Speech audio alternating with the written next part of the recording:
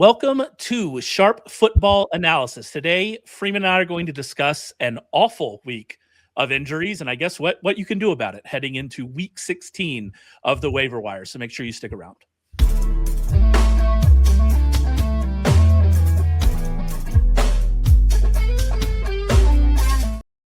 What is up, everybody? This is Sharp Football Analysis. My name is Raymond Summerlin, and I am joined, as I am every Monday afternoon when we record this, talk about the waiver wire with the one, the only Freeman Smith, the creator of FAABLab. How are you doing, Freeman? Yeah, I'm doing good. Happy to still be talking fantasy football this late in the season, but a pretty tough week. Definitely a week for a waiver wire show. Yeah, it was a really tough week for injuries. Like, we're going to try to find the silver linings a little bit here with a few, guys. Maybe you can look at the waiver wire, but yeah, like it was a really tough week for injuries overall. There were, studs that didn't do as well. It was not an ideal, I would guess, start to the fantasy football playoffs, but it feels like this happens every year. It feels like this is kind of where we are. Well, Rich and I talked a little bit about it on Thursday of last week, that things just get weird in these final few weeks. If you're a team that's out of contention, like a real NFL team, they can start shutting players down. We got news before we started recording this that Jaden Daniels is officially being shut down for the rest of the year, which makes sense. I wouldn't be surprised if we get news T. Higgins is being shut down. It does look like Joe Burrow is going to keep playing, but like his whole situation with the comments we saw from him last week and then the performance we saw from him on Sunday, that raises questions. And then, like you said, we just had an awful week of injuries. Obviously, Patrick Mahomes, a massive injury for just, it's not for fantasy, but for real football purposes. Micah Parsons is a massive injury. But then you go, further down the list, and we've got Davante Adams, Christian Watson, Roma Dunze, and Luther Burden. Roma Dunze is going to play, hurts himself in warmups. Luther Burden gets injured at the end of the game. Ricky Pearsall left that game twice. Once with a knee injury towards the end, and he's had knee issues all season. Devon Vele, who's obviously a guy we've talked about here. RJ Harvey left really late with a rib injury that we've gotten absolutely no information about since that happened. So we'll have to, pay attention to that. We'll talk a little bit about that situation a little later on. Woody Marks leaves the game after he scores a touchdown that didn't count in some leagues, which that's like, that whole thing is just messed up. Devin Neal, Bam Knight, Michelle Tutin's out for the rest of the, regular season. And then, even if you go back to like practice last week, Quentin Johnson suffered an injury late in the practice week. We don't know what that's going to look like. Obviously, we mentioned T. Higgins in play, Jaden Daniels, right? All that stuff. No Chris Rodriguez, which hurt me personally because this was such a good spot for him. We saw Bill Krosky-Merritt step up. No Pat Bryant, which allowed like little Jordan Humphrey and Troy Franklin to score. It was just a really, really dense week of injuries. It was just tough. Yeah, and a lot of them were pretty poorly timed. Like even we record this before the Monday night games, and like even Jaylen Warren has an illness right now. I can't imagine if it's coming down the wire and you can't get like a Kenneth Gainwell and you have to just hope he plays. Or QJ was out of that Chargers game. Like that was announced pretty late. There was someone else who was really like 10 minutes before or something, right? Well, Odunze, like Odunze was supposed to. Yeah, he re-aggravated it like 11:50. Yeah, so I can't even imagine if you're if you got eliminated from the playoffs because the last second you have to, go pick up some random wide receiver 3. Yeah, it's pretty tough. And mid-game injuries, which are always basically just death sentences. So I feel like on the plus side, we probably have a lot of really strange teams advancing to round 2 of the playoffs. So it makes it exciting. And maybe the waiver wire this week will be – maybe if you saved your FAAB all year, you can make a miracle happen here. Yeah, I mean, maybe we find something, right, that we can work with here. We also have this week Saturday games. So we have one Thursday night game, and then we have the Eagles, the Commanders, the Packers, and the Bears playing on Saturday, which that's important for the Packers because one of those names I mentioned was Christian Watson, who left that game in a really pivotal moment for that game. Also, when that injury occurred, it was, the interception and all of that. It really kind of changed the face of it. So he leaves, and now we're back to this really muddled situation in the Green Bay receiver room and kind of what to do with that. Who are we targeting for the waiver wire? Romeo Doubs is is actually rostered in a lot more leagues. Jaden Reed is weirdly out there in a lot of leagues. I assume it wouldn't be in competitive leagues. I assume that's more dormant leagues where he just was never picked back up. But Jaden Reed is still out there in a lot of leagues. Obviously, Matthew Golden has been dropped in a lot of leagues. Octavian Wicks is available in a lot of leagues. So I think we should just get started here with the Packers and kind of what you're thinking about from a waiver perspective, this week for them. If Reed is available, I think that's pretty easily the number one guy that you should go and get. But again, I would assume he's been picked up in most competitive leagues. But again, there's a chance Golden was dropped. He hasn't been doing anything. He's been hurt. He made some plays. Wicks is obviously out there in a lot of leagues. You interested in either of those guys? Yeah. I think Golden is available because I play in a pretty competitive league, obviously, and he was dropped in that league, and we're pretty deep, 2 flex and stuff. So I would imagine that he probably is available for a lot of teams. And it was just watching the game. It seemed like Jordan Love was actually really looking for Golden, which I hadn't really felt like any time before in Matthew Golden's whole career.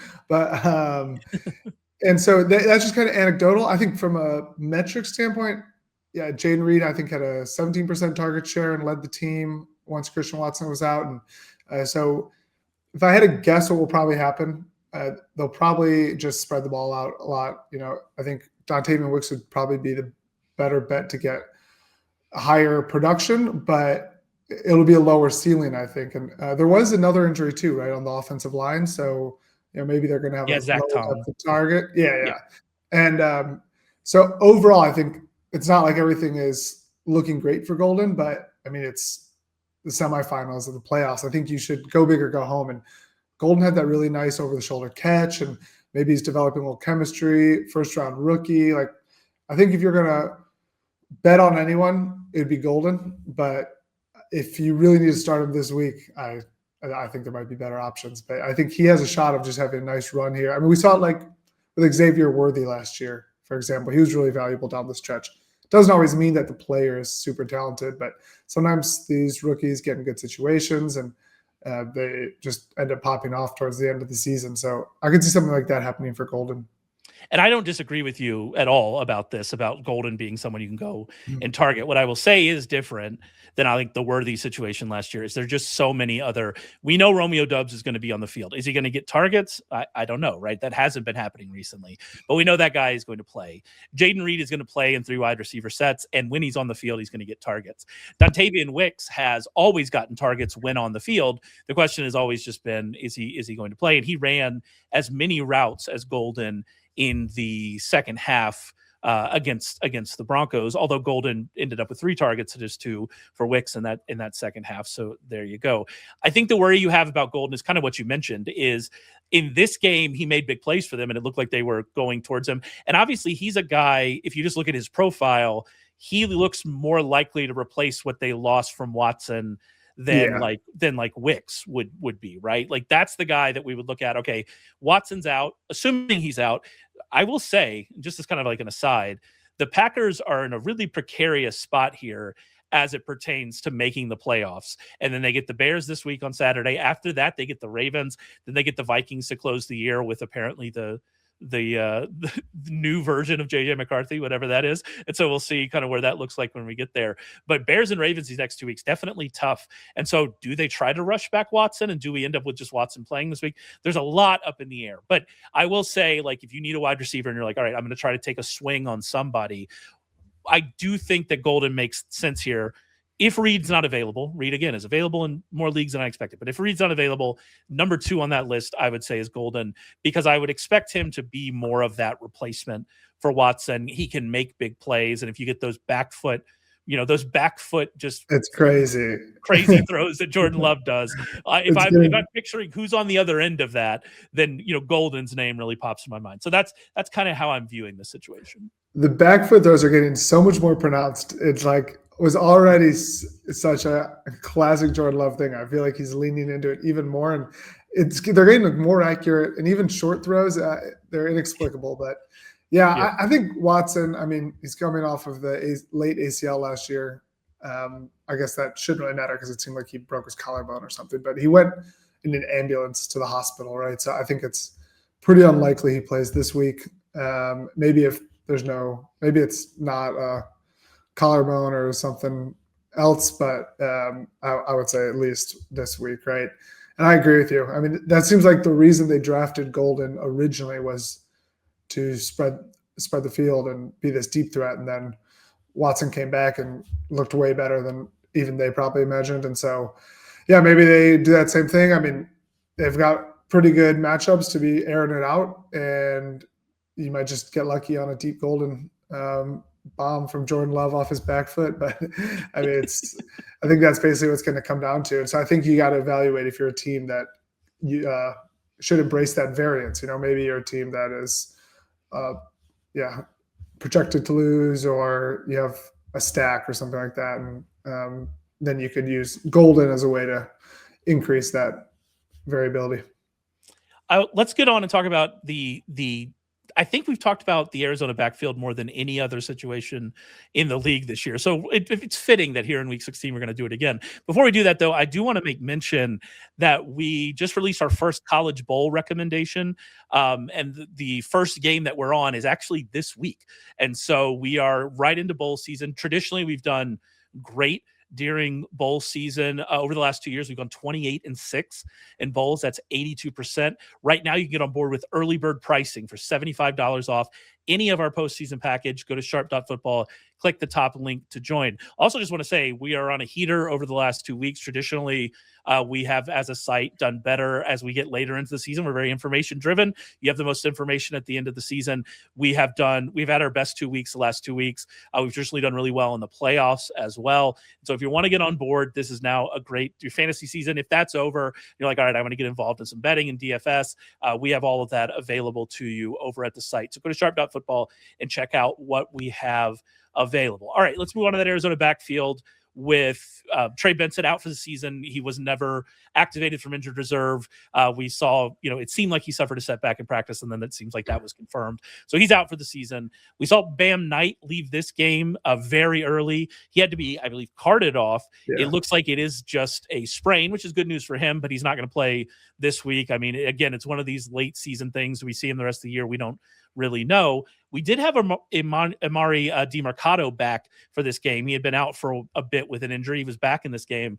But, I mean, it was all Michael Carter. There was no DiMercato on the field. Michael Carter played 50 snaps to 7 for DiMercato. It was all Michael Carter here. We've had this rug pulled out from under us before on Michael Carter, specifically with him dominating snaps over DiMercato, only to see DiMercato come back the next week and then be the guy. So, you have to have some trepidation here. But based on what we saw and based on the injuries that we have, this does look like a spot where we could get a pretty big workload out of Michael Carter.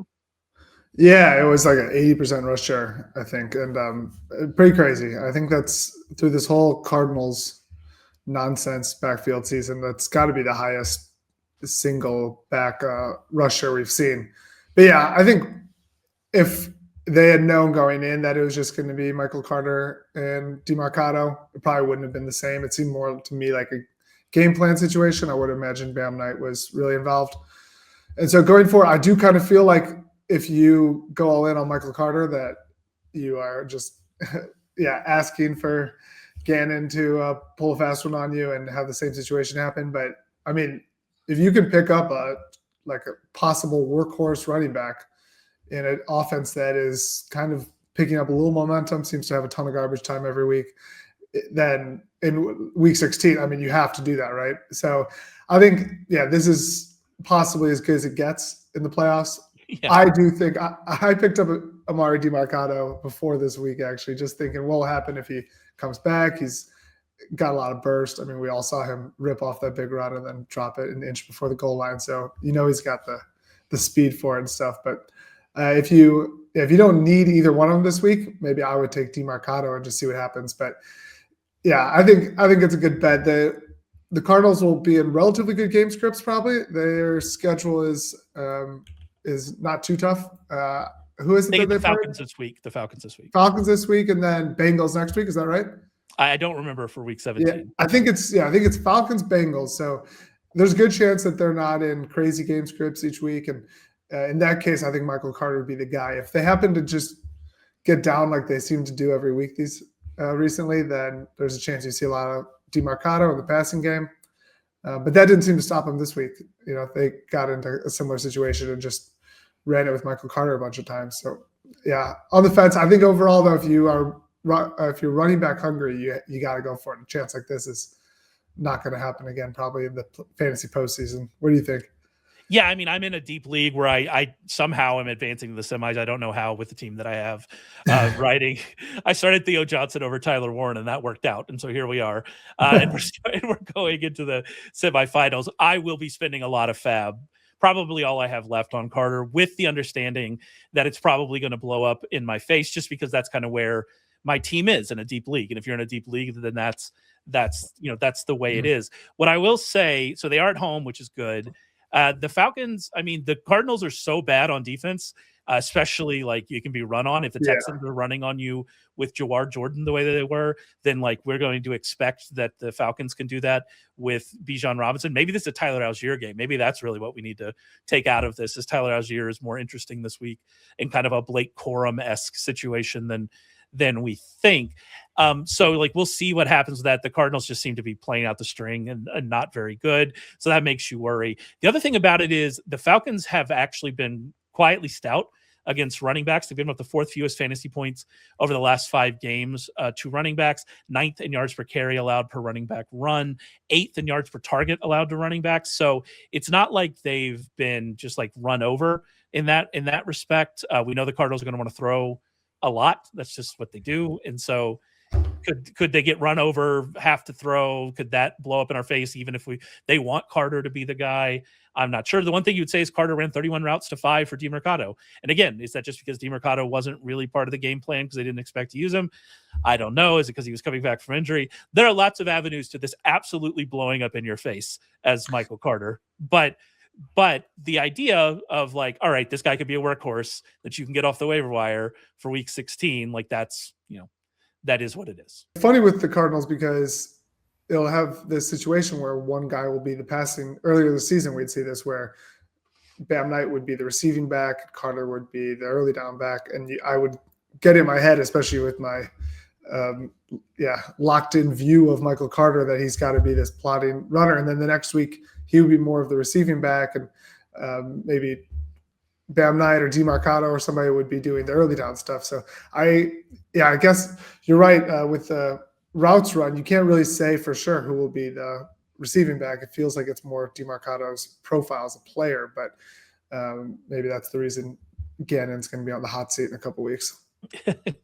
Yeah, we'll see. Another weird situation we have here, and this one's actually interesting because I wonder how we would rank Carter and Jaleel McLaughlin if we knew that RJ Harvey was going to miss this week. We just have no real information about this injury. We got, Harvey leaves the game late. We get a sideline report that he's hurt his ribs. I couldn't find much anything. Maybe I just missed it. I couldn't find much of anything after the game about kind of what this injury was and what to expect for him moving forward. So we don't know about this injury. We have some idea that Michael Carter is going to play at worst a kind of like in a shared role with DeMercado coming up this week. We don't know what's happening in Denver. And the other part of it is with McLaughlin is that we haven't really ever seen him used in the passing game a ton. I would suspect if Harvey is out, he's not going to get that full Harvey role, which that's been how Harvey's been getting there. He's getting, receptions and he's getting used kind of everywhere. I don't think we would see that with McLaughlin. I think we'd see a lot of Tyler Bidet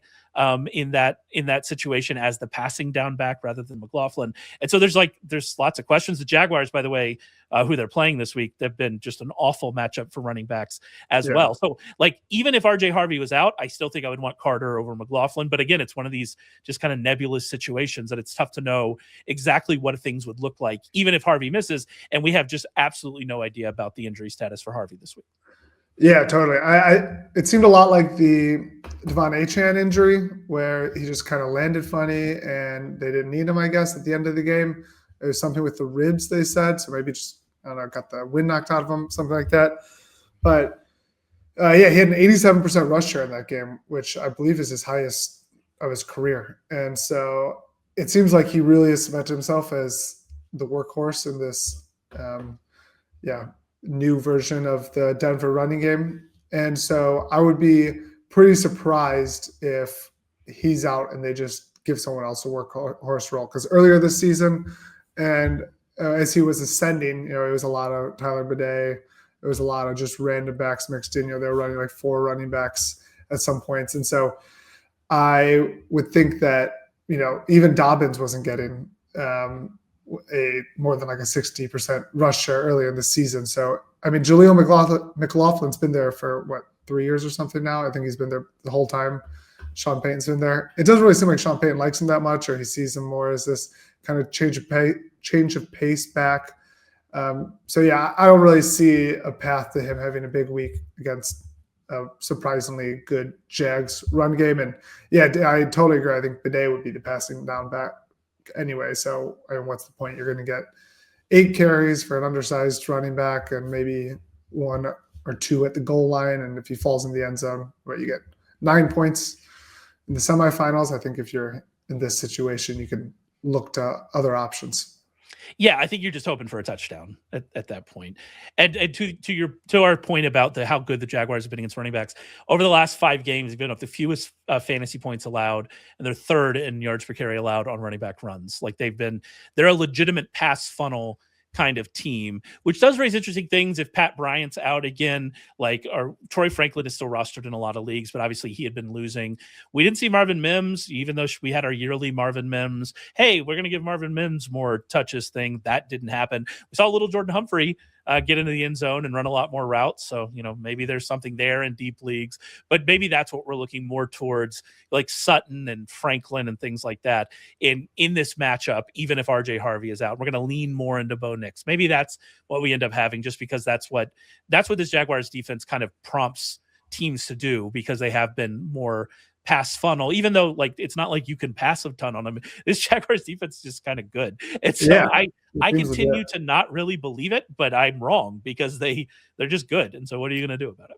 Yeah. And I think Sean Payton just genuinely is a sizist. It doesn't seem like he ever really, he's always had like a smaller, undersized guy as a change of pace. We saw that in New Orleans and things like that. But with like Marvin Mims and Jaleel McLaughlin types, it just seems like anywhere he goes, if there's this new version of the NFL where you can be 5'8", 170 and have something of a career, it just doesn't seem like Sean Payton's in for it unless you're, like a running back who's completely a change of pace. So I think that's maybe Jaleel McLaughlin's ceiling is a poor man's, Deuce McAllister or something. So and I guess saying they should have held on to Audric Estime is what you're telling me. Yes. Is that a segue or? No, we're not segueing there yet, but we will talk about Audric Estime here in a second. I do want to go through the Rams pass catchers, because obviously we saw Davante Adams leave with what appeared to be a serious injury, a serious hamstring injury, which was obviously awful to see. He has been dealing with a hamstring injury, and so when he pulled up, it was pretty obvious what was going on there. We'll have to see kind of where we are as we get into the playoffs, which is, the Rams are already locked into the playoffs. Obviously, they're going to be playing for the number 1 seed and trying to get that, but they know where they are. Adams is going to miss some time. He's definitely missing this week with the Rams playing on Thursday night against the Seahawks. And so the question becomes, we know Puka is going to get his, assuming, please just stop leaving the game and destroying my heart 2 or 3 times a week. That would be, I'm destroying my heart in many other ways. I don't need you to add to it, Puka Nacua. Please, please stop doing that. But the question becomes, is there anybody else here that we are interested in and looking at? And I tell you, when I start looking at this and I'm like, all right, who are the pass catchers that I'm interested in? I'm getting started with the tight ends here, because that is far more interesting to me with how the Rams are operating their offense right now than the secondary wide receiver options. Yeah, totally. That Puka collapse was so terrifying. And then it looked like the worst concussion you've ever seen. And then they just said, no, it was cramps. And you went, or so. I guess I do hate when people rip on players who have cramps, because if your leg's cramping, I would collapse like a rag doll also. But I had a calf cramp I was laying in bed and the calf cramp started. It went for like 15 minutes. I thought I was going to die. I will never, a leg cramp, a thigh cramp, a calf cramp. Yeah, I'm on the ground, man. We're not playing. Yeah, that explains why you're no longer NFL running back, I suppose, or wide receiver. But yeah, I think that That's the one thing holding me back. The one thing holding me back is that I couldn't remember. But that's exactly what I guess Puka. Every game he's in the blue. He's not only in the blue tent. He's goes to the locker room and comes back. Like his teammates say he's a really great locker room guy, but I think they mean like he literally spends a lot of time in the locker room. Good work. Golf clap. I'm gonna give that 7 out of 10. And that he'll have injuries that you think so I think that really adds to the value of some of these pass catchers too, because we have to be honest that Puka is the kind of player that might end up leaving for half a game. And if he leaves for half a game and you have somebody like Colby Parkinson, who's all of a sudden Matt Stafford's number one option in a really important divisional game, I think that means a lot. So even with just Davante Adams out, I agree with you. The tight ends, a big story of the year has been Sean McVay running 13 personnel, so having 3 tight ends. And this week you saw that they were really able to run the ball a lot. Corms getting going. Kyron had 2 touchdowns, I think. And it seems like a lot of it's because they have tight ends on the field constantly. So they're able to block, create separation. And I would imagine going into a tough matchup against the Seahawks, they will just lean into the tight ends a ton. It's a double-edged sword, and I think that means that you'll see a lot of routes ran for guys like Colby Parkinson and Terrence Ferguson.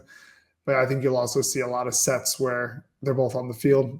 And it might end up being that he doesn't get a lot of work. But Colby Parkinson's been awesome even before Davante Adams went out. 13.5 PPR points averaged in the last 6 games. It's more than Brock Bowers. I think he's the tight end 4 since Week 10. So it seems like a genuine emergence mixed with opportunity. What else could you ask for in the playoffs? So Parkinson's, just to kind of put some numbers to that, he has been targeted on 25% of his routes this season. There have been 50 tight ends who have run at least 150 routes this season. That's first among those 50 tight ends. That's first. That's ahead of Trey McBride. That's ahead of Brock Bowers. When he's on the field, he has been targeted this year. And to your point, like we just are going to expect him to be on the field more. We've seen his route rate spike the last 2 weeks. You mentioned the 13 personnel thing. The Rams have been in 13 personnel on 61% of their offensive snaps the last 2 games. The next closest team is the Bears at 15.9%. Wow. That's a massive, massive gap. The one thing I'll say about that is that we saw them, they've been using it all year, as you said. We saw them try it against the Seahawks, and it wasn't as successful because the Seahawks were matching it differently than other teams have. And so we saw in the second half, they still use it, but they moved to a lot more 11 in that game. I wonder if that's something we see happen, but do they have the wide receivers to do it? Tutu Atwell ran just 4 routes in his first game back from injury this past week. Kanata Mumfield was actually the number 3 guy on the field. He's been, he's seen his role grow. And he's, really an outside receiver. So maybe that's a very deep league. That's a guy we can get on, but he hasn't drawn a ton of routes. Terrence Ferguson saw his route rate spike. And I think, we've talked about Terrence Ferguson again as like a guy, maybe this could work out for it. Turns out Colby Parkinson was that guy. Ferguson hasn't been earning a lot of targets, even when he's running routes, but he's going to be out there as well. So there are a lot of options here, but Parkinson is that guy that really stands out just because we know when he runs routes, he has been getting a lot of targets, and we expect his route rate to be higher if the Rams are going to continue doing this. So Parkinson stands out as a stone cold. He was my number 1 ad last week at tight end. That worked out. We don't need to talk about my number 2 ad, who was Isaiah Likely. That did not work out as well. But the Colby Parkinson part of that worked out. He will be my number 1 ad again this week. I think everything makes a lot of sense here for Colby Parkinson. Yeah, I think he's also a good example of how the FAAB strategy changes this time of year, right? Like you should definitely be looking, if you're in the playoffs and bidding against people, look at how much they have left, right? Because you want to make sure, having $1 more than somebody, even if it's $2 or 99 going into the championship, means that you just get your pick of the litter, right? And you can now evaluate exactly what teams have, what specific needs, because nobody's just picking up a player to hold them for 2 weeks. So if you're going against the Trey McBride owner, for example, there's a good chance he's not going to be bidding on Colby Parkinson unless it's just to block you. And I think that's a perfectly valid and important part of the strategy going forward. But I think this is a good example of 13.5 PPR points, and now he's got an elevated role possibly with Adams out. if your flex allows a tight end, which it should, I mean, you could play him in a flex, and that might be a position of need for you. So maybe somebody's got George Kittle or Trey McBride, and you could end up getting Colby Parkinson for really cheap because they don't end up bidding on tight end at all. Maybe they don't have the roster space or the budget to try to block you. So he could end up being someone you add almost for free, despite being extremely valuable. Yeah, I mean, or if you're in a situation like I am in a couple leagues with Tyler Warren, because Tyler Warren was someone I was high on, and that has worked out for most of the year. But now, and they have a good matchup this week against the 49ers on Monday night. It looks Philip Rivers is going to start that game again. We got some news about Anthony Richardson being medically cleared, which is great, but it seems like they're going to try to stick with Philip Rivers and see what he can do as he, I guess, gets into more football shape as he works through this. And so we'll have to see. And that matchup against the 49ers isn't bad, but we don't expect them to really want to throw a ton or throw it deep. And so would I start Parkinson over Tyler Warren? I think probably so.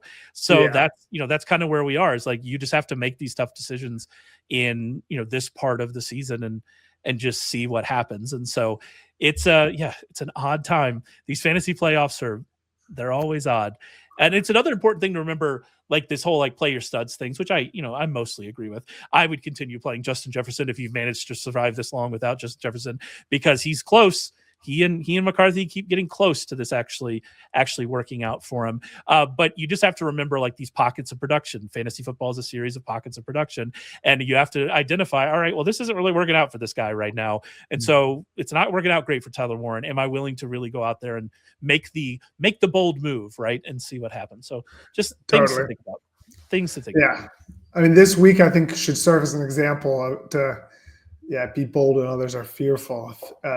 Someone in my league benched Kyle Pitts, and I think everybody in their leagues probably got a ton of examples of somebody losing because they played Joe Burrow or over Jackson Dart, things like that. And I think it just goes to show you those percentage numbers you see on your fantasy football app saying you're 61% or something are not accurate. It comes down to just crazy swings of fortune, and I think you should embrace that chaos and play who you think is going to actually have the better week. Speaking of, nobody cares about your fantasy, but I've got a really interesting one that I think is fun to think about this week, which is it's a 2-quarterback league. Jalen Hurts will continue to be my quarterback one. Actually, has a good matchup this week. But in the second quarterback spot, I can either play Jackson Dart at home against the Vikings and not running and a concussion risk apparently every single game, or Trevor Lawrence, who has been amazing but has to go to Denver and play the Broncos. Whew. Yeah, did you see Malik Neighbors, what he tweeted about Jackson Dart? I did not see it, no.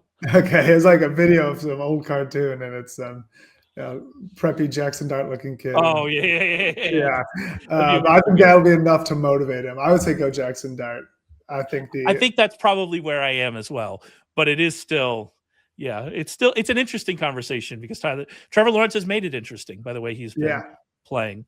All right, let's move on to our deep cut section. Again, these are players who are available in at least 95% of ESPN leagues. So, it's tough. We're not going to be batting 1,000 down here, but we've been able to identify several people down here as interesting options who have, grown into larger roles later in the season. Obviously, these guys, we're more looking forward this week for these guys, but there are some interesting names down here. Who do you got as deep cut options this week? Yeah, well, we have been pretty good about not tooting our own horn this year, I think, but our deep cuts have actually performed super well. I think possibly better than our main 3 ads, but it seems like we have been really hitting on these. So hopefully I prefer to focus on the negative. That's the way I like to go through life. So I will continue to do so. Okay. Well, then I have 2 perfect names for you. Jawar Jordan, a player I will admit I don't think I'd ever heard of. Yeah. I mean, I knew his name. I don't know if I'd ever seen him play football. Jawar Jordan is interesting because it seems like Marks is fine. This seems like an A-chain situation where I think Marks is probably fine. And we don't know if Chubb, didn't Chubb get in a limited practice at some point last week? Yeah. And so I just don't think, are you with me on this? I just don't think he's going to get another opportunity like he saw. Isn't that kind of where we are with him? Yeah. But I think also this time of season, I think a lot of people, they'll draft their handcuffs earlier in the year, right? And then they'll end up holding Algier for 17 games or 15 or whatever, and it doesn't actually bring them any value. and then they'll end up dropping those backups right at the end of the season to try to pick up someone who might bring some of their lineup. I think you should do the opposite at this point. You should go for that high variance early in the year, and now that you're in the final four, it's worth it to grab your own handcuff in case anything happens, like a Jalen Wright Achane situation. So maybe if you're riding Woody Marks, Jawhar Jordan outsnap Dare Ogunbowale 28-21. I think he probably would end up seeing more work. I don't know how valuable it would be. He did look pretty good though, actually. I thought it was Woody Marks on that one big run he had where he cut across the middle, and then I was completely flabbergasted when I saw Jordan. So yeah, I agree. Probably only would pick him up if I had Woody Marks, or if possibly my opponent had Woody Marks and you just wanted to hold him. Maybe you drop your kicker and hold on to him until Sunday, something like that. And the other one I Raiders this week. They get the Raiders this week. Yeah, so exactly. We're in one of those situations, like you mentioned. I always say Dare's last name wrong. Ogunbowale. I'm saying Ogunbowale for 20 years. Ogunbowale. I think you're right. Entered the league. Yeah, Ogunbowale. I always mess it up. I feel bad about it. But like that's one of those games. Like you would expect if they're in a passing game script, it would be more of Ogunbowale. But like if you are in a rushing game script, which I would expect them to be against the Raiders, that defense against the Raiders, whoever is quarterbacking the Raiders, I mean, we saw the Raiders just hit rock bottom as an offense, and then like we're going to have a lot of running in that game, whoever it is. And so maybe it's just like Jordan, if Marks is a little bit hurt and Chubb's a little bit hurt, maybe they give Jordan like some work in the second. I don't know. You're not going to play that in the semifinals, but there are paths here for Jordan, I would say. Yeah. And then the other one, Audric Estime. We saw Devin Neal leave after a touchdown, and I'm not sure if it seems like he might play. Is that right? What was the status on him? Well, like he's another one that I just didn't get a good read on what's going to happen. And we also don't have a good read still on Alvin Kamara. They haven't put him on injured reserve. So that suggests that they want to get him back. Could we get Kamara back? The other thing with Estime is that it was a pretty even split between he and Evan Hull, even after we saw Neal leave.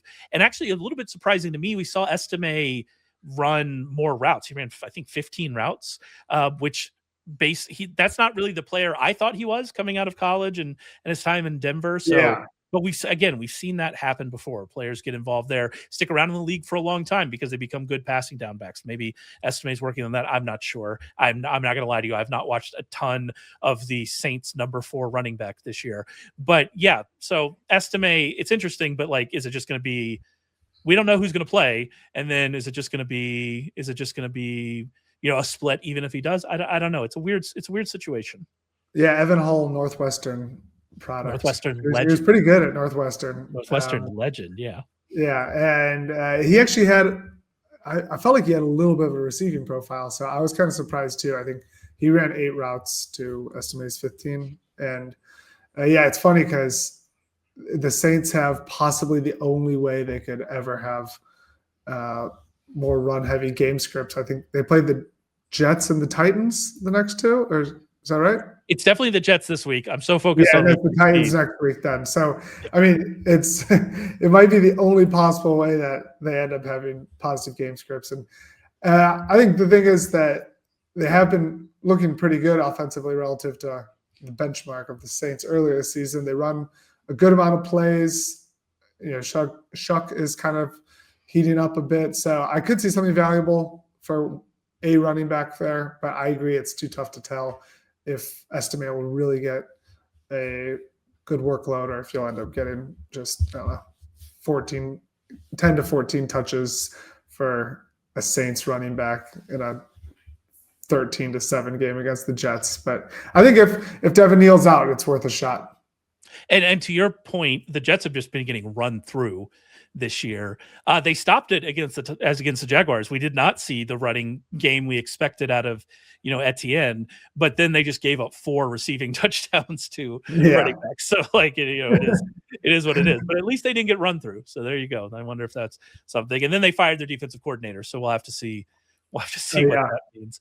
I mean, you gotta when you get to this part of the season, you gotta fire your defensive coordinator. It's going to turn everything 0 around. Interceptions so far this season for the Jets. I found that staggering. They traded all. I tweeted they traded all their interceptions for punt return touchdowns, but unfortunately that one got called back.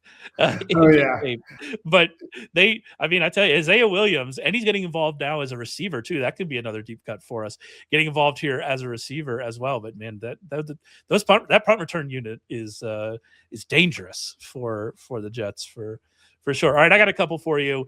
Let's start with we'll just let you go off on Zaccheaus, Limite Zaccheaus. We're in a situation. Ben Johnson said today before we start recording, and we record this on Monday afternoon, so if something happens Monday night, that's why we haven't talked about it. But they said that they're leaving all options on the table for Odunze. He obviously aggravated his stress fracture in his foot. I believe that's what it is, right? A stress fracture in his foot. In warmups, he aggravated that. Luther Burden leaves late with an ankle injury that I haven't. Again, one of those injuries I haven't heard a ton about. It's just Zaccheaus, wide receiver 2, DJ Moore, wide receiver 1, but doesn't even want to be there. Like, is that what we're headed to this week in a game they really need to win against the Packers? Yeah, I was pretty surprised to see you put this one on the list. It was pretty bold. I think he was 0 for 3 in this week, but he did have a route. Yeah. What is that? He's running routes. Like, even when Burden was in, he was still running more routes than Luther Burden. Yeah, it was not this last week, but the week before, it was like 33 routes for Zaccheaus. I think he ran the second most routes. So, yeah, I think you'd have to be extremely bold to pick up and start the Wizard of Oz. Down bad is the term I think that we would use here. But I actually think the process makes a lot of sense. I think you're right because, you would think maybe you'll go for Loveland, one of the tight ends, but him and Kmet have been running basically the same number of routes. It's pretty much an even split, which is just a nightmare for streaming a tight end, I think. And so, and for Bears fan, you could just say as a Bears fan, it's a nightmare. But they also love Zaccheaus. Like, if you watch any of the media stuff around it, I think sometimes we get in this mode in fantasy, especially where we just discount a guy's contribution to the team, and we just decide that because they weren't a crazy good prospect or some dynasty darling that they don't have a real role in the team. And it's like, no, these guys see each other every day. They see Oz as a really big contributor, I think, just on the field and off the field. So I think in an important game like this, they're going to trust him. He had a really nice block in the game, which I would imagine will get him playing time, but he also had a pretty big drop. So it's kind of a wash. I would think that they would trust him. He'll probably get a good amount of run. It'll probably be a relatively good game script. And I think with Micah Parsons out also, you can't understate how much that's going to open up the passing game. Like we saw it in the second half with Bo Nix last week. By last week, I mean yesterday, that he was able to pass a lot more once he stopped getting pressured. And so I feel like Caleb will be the same. And I salute anyone who is able to put Olamide Zaccheaus in their semifinal lineup. That's fair enough. And I don't want to discount the great and powerful Oz because he's had a great career. It's still going strong. So no hate for sure on Oz. I would rather than play Luther Burden, but Luther Burden might not be out there. So, that's what we do. I'll give you one. This is one that I actually think is like a viable, we can start this guy this week, assuming that Quentin Johnston remains out, which the thing about suffering a soft tissue injury late in the week, did not practice on Friday, being rolled out, that to me is like, all right, we're going to see him out for a little bit. And assuming that that's what we get, then I do think Trey Harris is interesting this week for a few reasons. First, he ran the second most routes on the team this past week with Johnston out. So that's, he was on the field, which is good. And he even had like a bit of an injury scare, but I believe he just got air knocked out of him because he landed on the football. He came back. So it wasn't a big issue. He tied for second on the team and targets. I would say that in this version of the Chargers offense, with obviously Herbert having his injury, with all the injuries on the offensive line, I normally wouldn't be that interested in digging deep on the Chargers passing game. But this week they get the Cowboys. And so we know what JJ McCarthy can do against the Cowboys, right? And so if I was picking, if I was like really desperate at wide receiver and I was really digging deep, he's a guy that I'm going to target just because of that matchup against the Cowboys, of how many routes he was running, and just hope that we get a better version of the Chargers, passing attack, because they're in this really good matchup. Quinnen Williams, I haven't seen an update on his injury, but if the Cowboys don't have him, then you lose some of that pass rush element too. So I think Trey Harris is like a legitimate just pickup this week, not even just a deep cut. Yeah, I like it. I mean, you said all the points home against the Cowboys, who are essentially eliminated from playoff contention in a must-win game. I think it checks all the boxes. He's a rookie, high enough draft capital. I think he was a second rounder, right? And he looked really good. I mean, he also looks like QJ when he's out there. I mean, when he does like everything that QJ does, and also usually catches the ball more often. I mean, Quentin Johnston's been good earlier this year, but he's struggled with drops in the past. So I know every year it seems like for the first 4 games, first half of the season, Quentin Johnston makes a bit of a resurgence and then kind of goes back to being a bust. And I could see Trey Harris just stepping in and filling that role. Like, he seems to be a good downfield threat, good route runner, great hands, and really athletic. So I think, it's a nice compliment. And Arodney Gadsden ran less routes this week than he has since like early in the season when he was just starting to ascend. So it seems like it's not really going to happen this year for him. I still think he'll have a good career, but I think he's probably not going to be too much of a factor in the pass game. So I mean, I could easily see Trey Harris getting 8 or 9 targets against the Cowboys, and if Quentin Johnston's out, and probably pretty valuable ones. Yeah, and we've seen with Gadsden, we've seen that kind of trend going, as Keenan Allen has been running more routes and we've seen less of Gadsden. So that's something they're doing. Gadsden did still have a good game, though, if I'm remembering correctly. Like, he had 60 yards or something like that, which for a tight end, I mean, that's because he's unbelievable. Yes. I traded for him in Dynasty, and I'm just excited for year 2 to start. Yeah, it would be this Chargers. Remember what this Chargers offense was when they had not even a healthy offensive line, just Joe Alt at left tackle. It was never healthy. Injured Joe Alt that's able to play. And you get Slater at left tackle and Alt at right tackle, and Herbert, a healthy Herbert, like what this offense was early in the year. Man, it was so man. The fantasy year is long and full of terrors. And so here we are as we get to week 16, talking about Trey Harris as somebody that we're interested in. But I am interested in Trey Harris. All right, that's it for us. We have one more of these podcast episodes for week 17. So we'll be back next week to talk about that. Make sure you head over to Sharp Football Analysis. Check out all our content for this week. I will have a waiver wire column available for you Tuesday midday. I would assume somewhere in there it'll be dropping. So check that out. Also, make sure you head over to sharp.football and check out our fantasy, our college bowl package, which is available. We've got our first recommendation of the college bowl season coming up this week. So make sure you get involved this week. We've traditionally been very good in bowls, 28-6 over the last 2 years. Early bird pricing, $75 off. So make sure you go to sharp.football and check that out. Subscribe wherever you find us, your YouTube, your podcast player of choice. We appreciate you listening, and we'll be back to talk with you next week.